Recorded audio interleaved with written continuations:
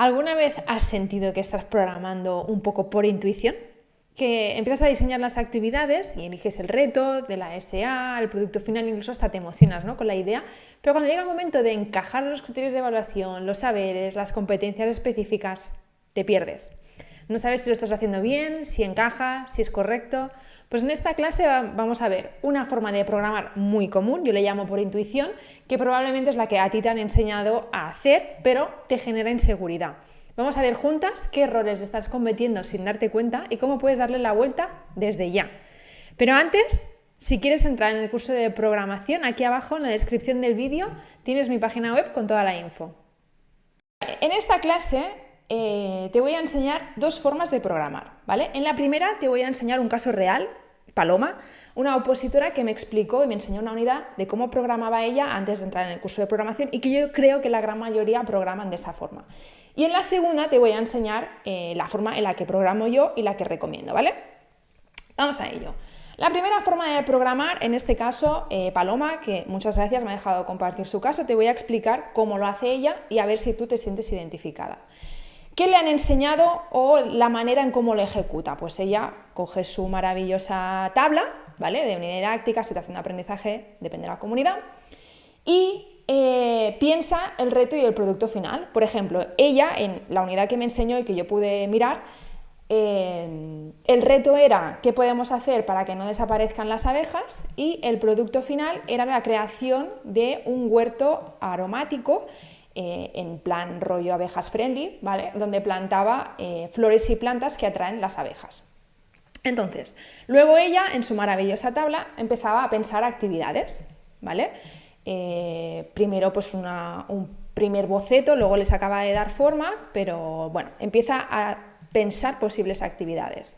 Como por ejemplo, pues vamos a buscar información sobre las abejas.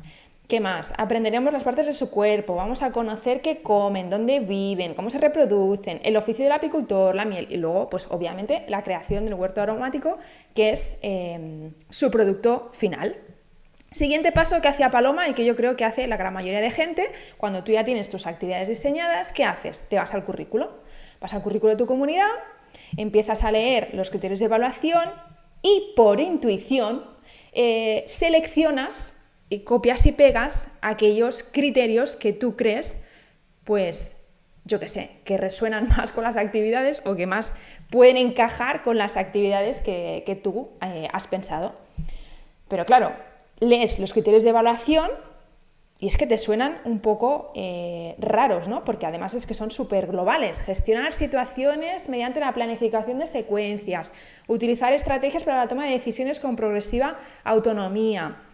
Claro, como no entiendes muy bien qué quiere decir este criterio de evaluación, porque está escrito en otro idioma, en indio apache, son muy generales, muy globales y no acaban de concretar nada, pues bueno, el que más te resuena lo escoges, ¿vale? Yo te voy a poner el caso exacto real de lo que hizo Paloma, seguro que te parece curioso. ¿Ella qué hizo? Pues escogió del área 2, ¿vale? Para el producto del huerto aromático, cogió del área 2 el criterio 2.1, que era el de gestionar situaciones y retos y problemas mediante la planificación de secuencias de actividades, básicamente. Claro, ¿por qué? Yo le pregunté y me dice, bueno, porque claro, yo estoy creando un huerto aromático y al final es un reto, ¿no? Tenemos que gestionar el reto de cómo podemos salvar las abejas, ¿no?, o ayudarlas. Y luego además, como estamos planificando cómo vamos a crear el huerto, pues estamos planificando secuencias. Vale, hasta aquí ella, como ves, por intuición o porque le suena bien, pues puso este criterio. Y luego le digo, vale, y la competencia específica, porque claro, ese criterio 2.1 lleva consigo la competencia asociada, ¿sí o no? Criterio 2.1 es la competencia específica, este fue el criterio que ella seleccionó y esta es la competencia específica que lleva asociada. Pero mira, ponle ojo, la competencia específica 2 ¿de qué habla? Del método científico, de destrezas del pensamiento computacional. Claro, yo le dije, pero ¿estás trabajando esto con el huerto aromático? ¿Estás haciendo el método científico? ¿Estás haciendo destrezas del pensamiento computacional? Se quedó a cuadros, no, Claro, pero es que el currículo, los elementos curriculares son un engranaje que van unidos. Es decir, ese criterio de evaluación tiene que encajar con la competencia específica y tanto el criterio que la competencia específica tiene que verse reflejado en esas actividades. ¿Sabes? No podemos seleccionar una competencia que habla del método científico y no hay nada de actividades en ese sentido. Y luego lo mismo con los saberes, pero los saberes es otro melón que ya abriremos en otro momento, ¿vale? Entonces, ¿qué es lo que yo veo en su caso? Y no sé si a ti también te pasa, ¿qué es lo que yo me doy cuenta, ¿no? Un poco en este sentido o en esta forma de programar. Pues que acabamos programando un poco por intuición, escoges aquellos criterios que tú crees que te encajan, pero esos criterios están mal, normalmente no están asociados a las actividades que has diseñado y por ende las competencias específicas pues no te encajan. Además, no acaba aquí. Hoy no vengo a amargarte el día, pero es que no acaba aquí, porque luego viene la parte de evaluar. Cada criterio hay que establecerle su procedimiento, su instrumento de evaluación y su técnica. Y si no tienes claro qué actividades has diseñado para evaluar, para llevar a cabo ese criterio y poderlo evaluar, la otra patita de la evaluación también cojea. Entonces, estás yendo con un coche con las ruedas pinchadas, ¿no? ¿Y qué es lo que a mí me hizo mucha gracia la frase que me dijo? ¿Qué es lo que me dijo Paloma? Pues cuando ella ve todo esto, que no le encaja nada, que está programando un poco al tuntún o por intuición, como yo le llamo, pues me dice, es que me quiero tirar por la ventana, o sea, directamente, ¿no? Pero yo le dije, bueno, llévate los temas contigo por si acaso, ¿no? Un poco de broma opositora. Bueno, va, ahora en serio, bromas aparte, yo no quiero que estés en esta situación, ¿vale? Yo no sé si estás en este caso o no lo sé, ya me lo dejarás en comentarios y me explicarás un poco tu caso. Pero ahora vamos a ir a la manera de programar que yo recomiendo, ¿vale? Venga, la forma que yo recomiendo es parecida al proceso de antes, ¿de acuerdo? Y es la forma que yo recomiendo en el curso de programación. Te compro la idea de que primero pienses el reto y el producto final, que puede ser exactamente el mismo, ¿eh? Estoy poniendo el caso de Paloma y el cambio que hizo en su unidad. El reto, el mismo, que podemos hacer para que las abejas no desaparezcan, y el producto final, pues el huerto friendly, ¿no? El huerto aromático con las plantas para atraerlas. Genial, guay. Luego, piensa las actividades. Repetimos el mismo proceso.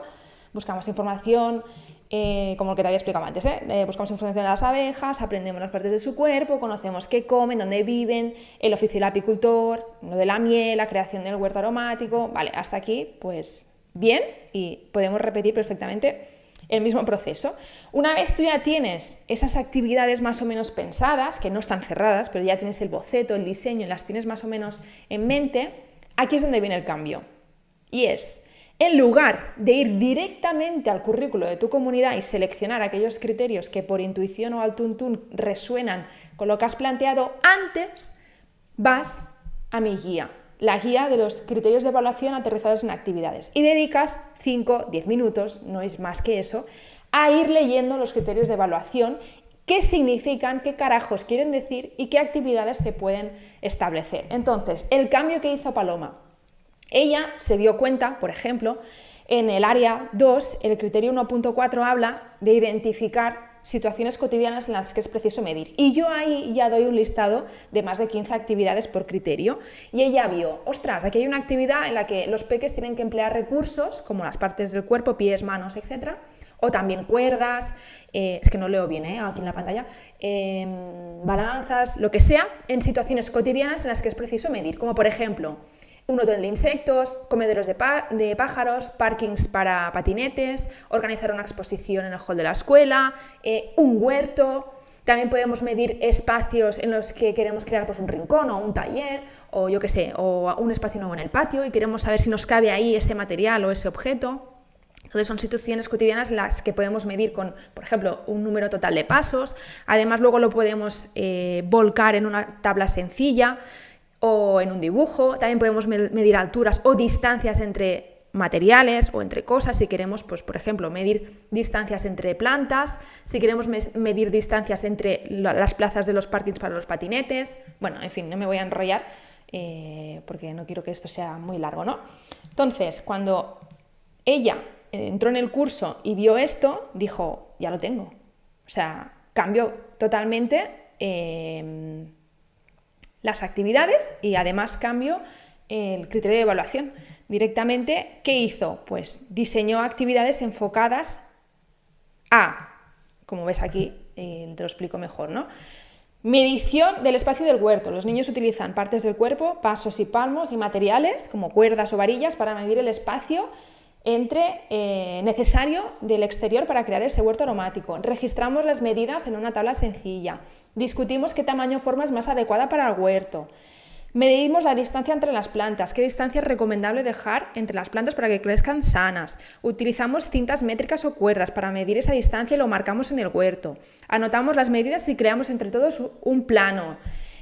Actividades de cantidad de agua, cuánta agua necesitan las plantas. Utilizamos vasos medidores, botellas. Creamos un calendario de riego. Lo hago así resumido, ¿eh? Medimos el crecimiento de las plantas, la altura de las plantas, registramos su crecimiento en un gráfico, comparamos el crecimiento de las plantas.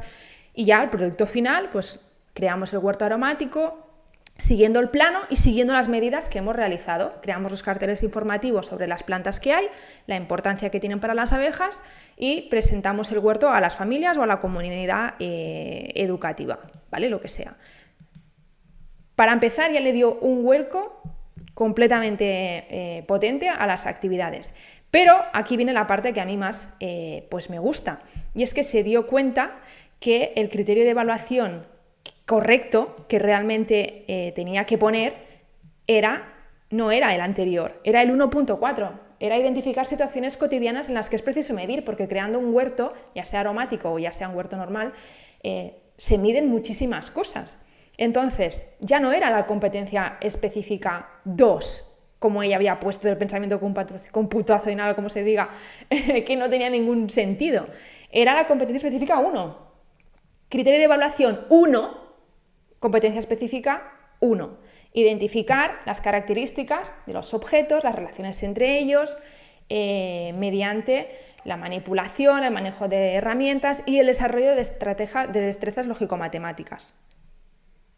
Ahora sí, ¿ella con estas actividades del huerto aromático fomenta el desarrollo de destrezas lógico-matemáticas? Sí. ¿Ella con las actividades que ha diseñado identifica características de materiales? Sí. ¿Ella con estas actividades los niños pueden identificar y establecer relaciones entre los materiales? Sí. ¿Hay exploración? Sí. ¿Hay manipulación sensorial? Sí. Maravilla. Ahora todo sí que encaja. Las actividades encajan con el criterio de evaluación, que es el que he explicado, y encajan con la competencia específica. Luego ya vienen los otros pasitos de los saberes básicos y demás. Pero esa primera parte, esa primera pata, es una maravilla. Ya le ha encajado todo. Ahora sí que tiene coherencia. Ahora sí que lo está haciendo de manera correcta. Como le digo yo, se produjo el milagro, ¿no? Se produce el milagro, todo te encaja. Y además, cuando todo te encaja, te emociona. Y programas con seguridad, con claridad.